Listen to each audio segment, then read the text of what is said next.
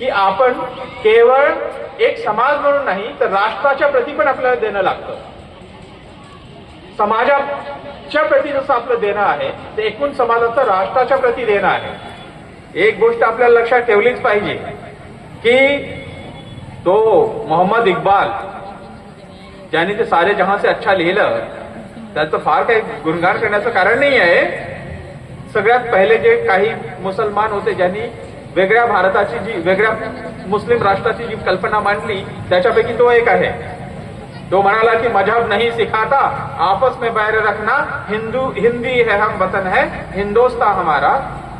त्यानंतर सगळ्यात महत्वाचा एक विचारक जर असेल वेगळ्या पाकिस्तानाची की याच्यामध्ये दोन देश असतात, भारत हिंदू देश आणि मुस्लिम देश, असा वेगळ्या मुस्लिम देशाची परिकल्पना मांडणारा मोहम्मद इक्बालच आहे. पण त्या मोहम्मद इक्बालने काही गोष्टी भावनेच्या भारात येऊन का असे ना त्यांनी लिहिल्या. त्याच्यामध्ये एक गोष्ट त्यांनी म्हटली कि यूनान मिश्र रुमा सब मिल गए जहां से कुछ बात है कि हस्ती मिटती नहीं हमारी.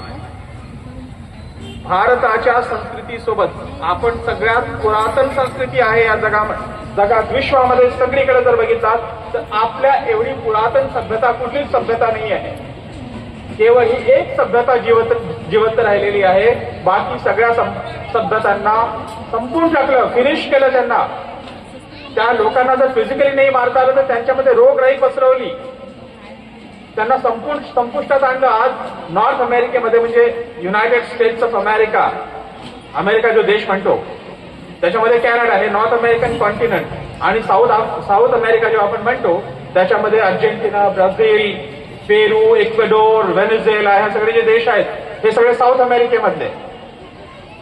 ह्या इथे राहणारे आजचे जे गोरे लोक आहेत ते मूळचे तिथले लोक नाहीत. हे सगळे इकडे इंग्लंडचे लोक, फ्रान्सचे लोक, स्पेनचे लोक, पोर्चुगीज लोक, पोर्चुगलचे लोक हे तिथे गेलेले लोक आहेत. त्याने तिथल्या सभ्यतांना संपवून टाकलं, लोकांना संपवून टाकलं, त्यांच्या भाषा संपवल्या. भारतामध्ये पण आपल्याला माहिती आहे इंग्लिश आले, ब्रिटिश ईस्ट इंडिया कंपनी, त्यानंतर पोर्चुगीज जे गोव्यामध्ये होते आणि पॉंडिचेरीमध्ये फ्रेंच, हे सगळे लोक आले. यांनी पूर्ण प्रयत्न केला की भारतीय संस्कृती संपवून टाकायची. भारतीय संस्कृती संपली नाही, कोणी संपवू शकला नाही. आम्ही चिरंतन आहोत आणि आहे, राहणार आहोत आम्ही.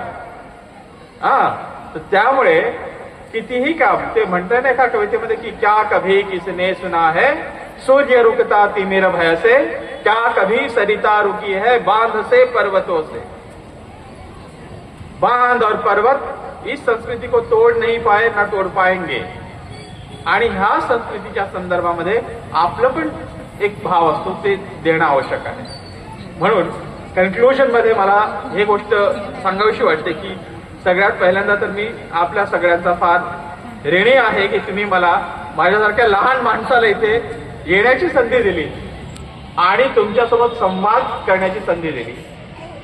मी इथे येत असताना मला माहिती होतं की मी काय फार एवढा मोठा माणूस नाही की एवढ्या जनसमुदायासमोर मुख्य प्रबोधनकार वगैरे म्हणून उभा राहण्याची माझ्यामध्ये क्षमता आहे. मी अशी काहीतरी ध्येय किंवा आशा बाळगून मी इथे नाही, पण मी या हिशोबाने इथे उभा राहिलो. मला काही कामं होती, ही सगळं असतानाही समाजाप्रती मला देणं लागतं ह्या भावनेने मी उभा आहे. मी समाजाने घडलेला एक व्यक्ती आहे, समाजाचं मला घडवण्यामध्ये फार मोठं योगदान आहे ह्याची मला जाणीव आहे आणि त्याचा मी ऋणी आहे. त्याची कृतज्ञता व्यक्त करण्यासाठी म्हणून मी तुमच्यासमोर उभा आहे.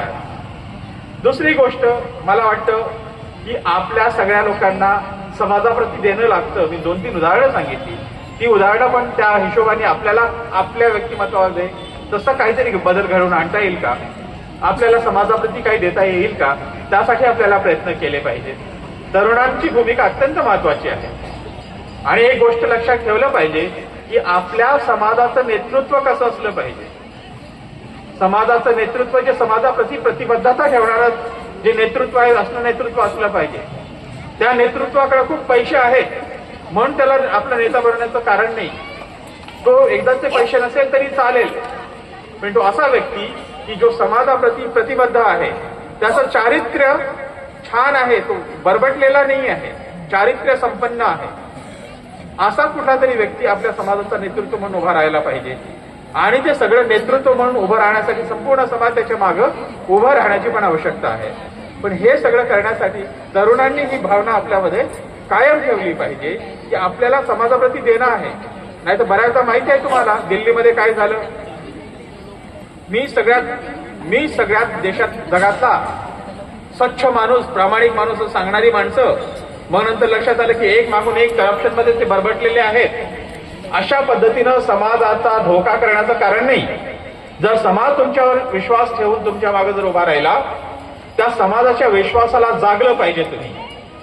आणि हे सगळं असताना आपल्या समाजाच्या प्रगतीचा विचार करत असताना एकूण राष्ट्राच्या प्रगतीच्या संदर्भामध्ये पण एक व्यक्ती म्हणून, एक समाज म्हणून, कारण आपल्या इथे सांगितलंय व्यष्टी म्हणजे व्यक्ती, समिष्टी मतलब समाज, त्यानंतर सृष्टी म्हणजे ह्या पूर्ण पृथ्वीवर असलेली जी चराचर सृष्टी आहे, आणि परमेष्टी म्हणजे एकूण ब्रह्मांड.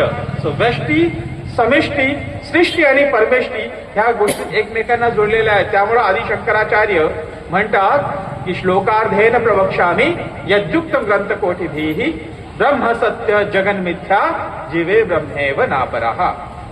ब्रह्म ही सत्य आहे आणि त्यामुळे तो ब्रह्म सगळ्यात मध्येच आहे. अहम ब्रह्मास्मी, और तो ब्रह्म माझ्यामध्ये पण आहे.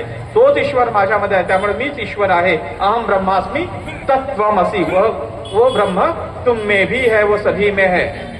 असा जर सगळे एकूण समीचीन, सर्वसमावेशक, इन्क्लुसिव्ह विचार घेऊन चालण्याची मला वाटतं